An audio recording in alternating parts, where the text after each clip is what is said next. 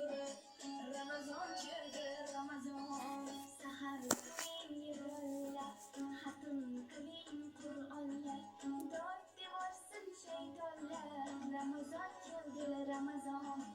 G'aflat oyi emas bu, nafrat oyi emas bu, rahmat oyi demak bu. Ramazon keldi, Ramazon. Ramazon keldi, Ramazon.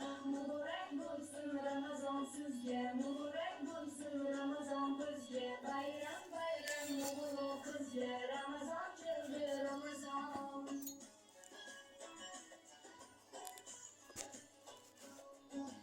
Sergaklik vaqti bo'lgan, mo'minlik ahdi bo'lgan, islomning fathi bo'lgan. Ramazon keldi, Ramazon.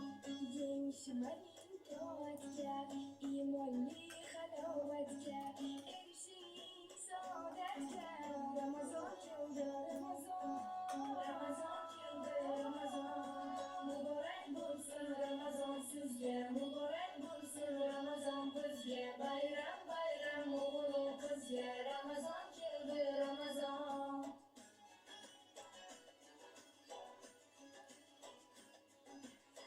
Ramazonda sabr bor, 700 qat ajr bor, 1000 oyga teng qadr bor. Ramazon keldi, Ramazon.